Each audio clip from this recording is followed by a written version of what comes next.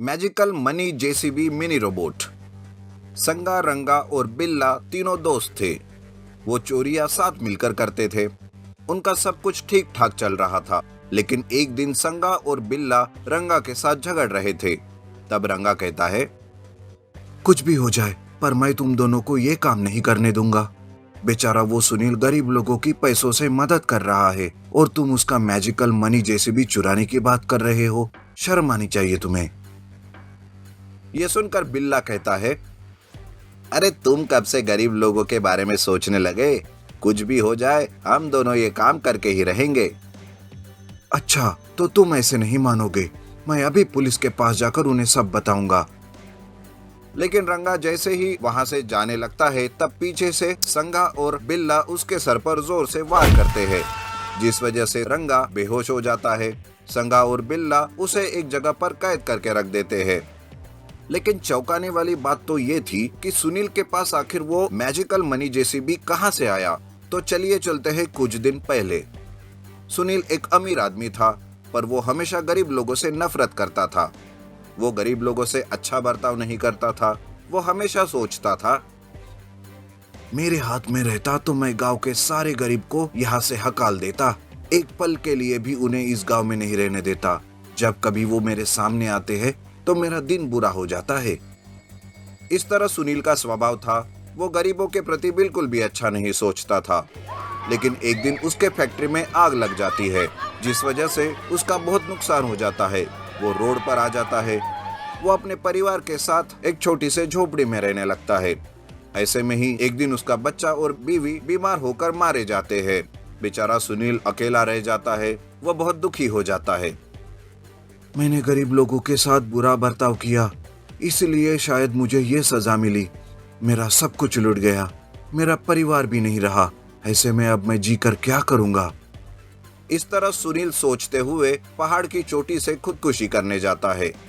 तभी वहां एक साधु मुनि आते हैं और उसे रोकते हुए वो कहते हैं, तुम्हें तुम्हारी गलती का एहसास हो गया बेटा।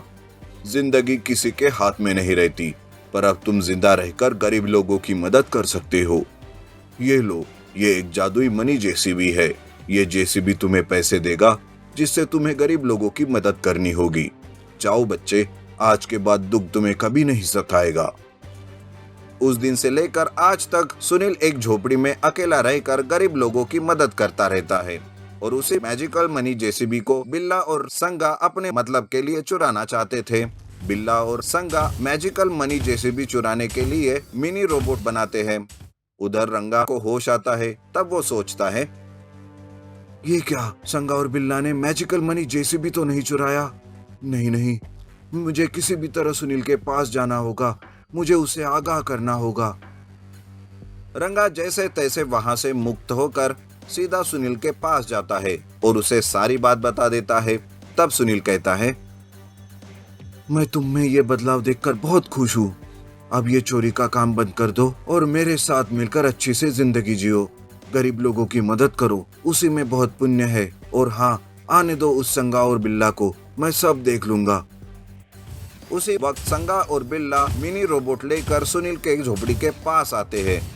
मिनी रोबोट सुनील की झोपड़ी को तोड़-फोड़ कर रख देता है, जिस वजह से सुनील और रंगा बाहर आ जाते हैं। रंगा को वहां देखकर संगा और बिल्ला चकित हो जाते हैं। तब बिल्ला कहता है, अच्छा रंगा, तो तू वहां से भागकर यहाँ आ गया। अब ये हमारा मिनी रोबोट तुम दोनों को ही खत्म कर देगा, ताकि हमारे काम में कोई रुकावट ना आ सके और हम आसानी से तुम्हारा ये मैजिकल मनी जेसीबी चुरा सके।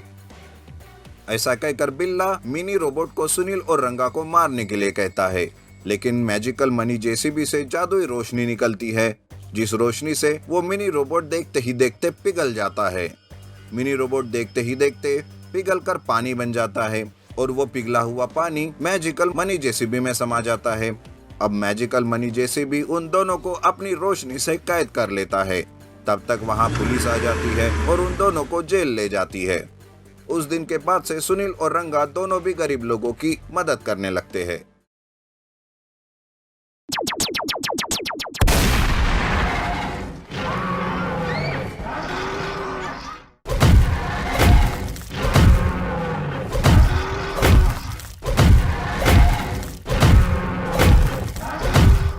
अंडरग्राउंड ट्रैक्टर, जेसीबी, रोबोट, शैतान। सुंदर और रोहन दोनों भाई थे। जेसीबी से वो दोनों काम करके अपना घर चलाते थे। एक बार सुंदर की तबीयत ठीक नहीं थी, इसलिए रोहन अकेला ही जेसीबी लेकर काम पर चला जाता है। रोहन जेसीबी से पहाड़ की खुदाई का काम कर रहा था कि उसे वहां जमीन के अंदर एक ट्रैक्टर मिलता है। ट्रैक्टर को बाहर निकालकर रोहन कहता है, अरे ये ट्रैक्टर जमीन के अंदर कैसे? जमीन के अंदर होने के बाद भी ये ट्रैक्टर ठीक ठाक कैसे है? जाने दो, मुझे इससे क्या। इस ट्रैक्टर को मैंने ढूंढा तो अब ये मेरा हुआ। मैं इसे ले जाकर भैया को दिखाता हूँ। रोहन के मन में ट्रैक्टर को लेकर लालच आता है। वो ट्रैक्टर को लेकर घर आता है और सुंदर को सारी बात बताता है।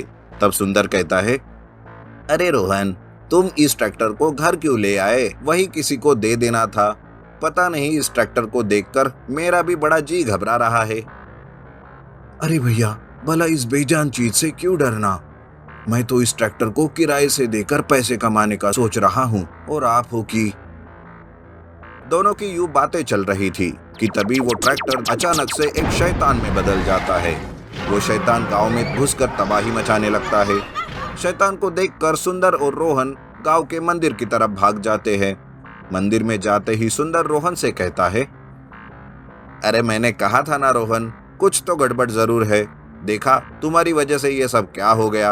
अब कौन रोकेगा इसे, बताओ मुझे। तभी वहां मंदिर के पुजारी आते हैं। उन्हें भी उस शैतान के बारे में पता चलता है। तब वो सुंदर और रोहन से कहते हैं, अरे बेटा, इस शैतान को किसने बाहर निकाला? कई सालों पहले मैंने ही इस शैतान को ट्रैक्टर में कैद करके पहाड़ पर गाड़ के रख दिया था। अब इस शैतान को मैं भी नहीं रोक सकता। अब तो ऊपर वाला ही हमें बचा सकता है बेटा। इस तरह पुजारी भी बड़े परेशान रहते हैं। सुंदर रोहन को गुस्से से देखता है। तब रोहन कहता है, इस मुसीबत को मैं ले आया तो मैं ही इसका समाधान ढूंढूंगा, आप चिंता ना करें। उधर गांव वाले खुद की जान बचाने के लिए इधर उधर भाग रहे थे। तब वो शैतान गांव को तहस नहस कर देता है। सामने आए हुए जानवरों को वो मारकर खाने लगता है। इधर रोहन बचते बचाते अपने जेसीबी के पास आता है और जेसीबी लेकर अपने दोस्त कुणाल के पास जाता है। रोहन को डरा हुआ देखकर कुणाल कहता है, अरे क्या हुआ रोहन, आखिर तुम इतने डरे हुए क्यों दिखाई दे रहे हो? तब रोहन शैतान के बारे में सारी बात कुणाल को बताता है। कुणाल रोहन को हिम्मत देते हुए कहता है, अरे ऐसे मत डरो रोहन, मैं अभी तुम्हारी इस मुसीबत का हल बना देता हूं। कुणाल रोहन के जेसीबी पर काम करने लगता है और उस जेसीबी को एक रोबोट में बदल देता है। जेसीबी रोबोट को देखकर रोहन बहुत ही खुश हो जाता है और कहता है, शैतान तुम्हें मारने वाला आ रहा है। अब तो हमेशा हमेशा के लिए तुम्हारा नाम और निशान खत्म हो जाएगा। मैं आ रहा हूँ शैतान, मैं आ रहा हूँ। रोहन जोश जोश में जेसीबी को लेकर शैतान के पास जाता है। रोहन शैतान को ललकारने लगता है, उसका ध्यान अपनी तरफ भटकाता है। तब शैतान सबको छोड़कर रोहन के पीछे लग जाता है। उसी वक्त जेसीबी रोबोट में बदल जाता है।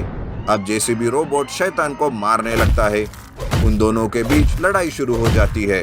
उनकी लड़ाई देखने गांव वाले इकट्ठा हो जाते हैं। सारे गांव वाले शैतान के मरने का इंतजार करते हैं, लेकिन काफी देर होने पर भी शैतान खत्म ही नहीं हो रहा था। तब शैतान ही जेसीबी रोबोट को उठाकर फेंक देता है। एक पल के लिए तो जेसीबी रोबोट खड़ा ही नहीं होता। तब शैतान डरावनी हंसी से सबको डराता है।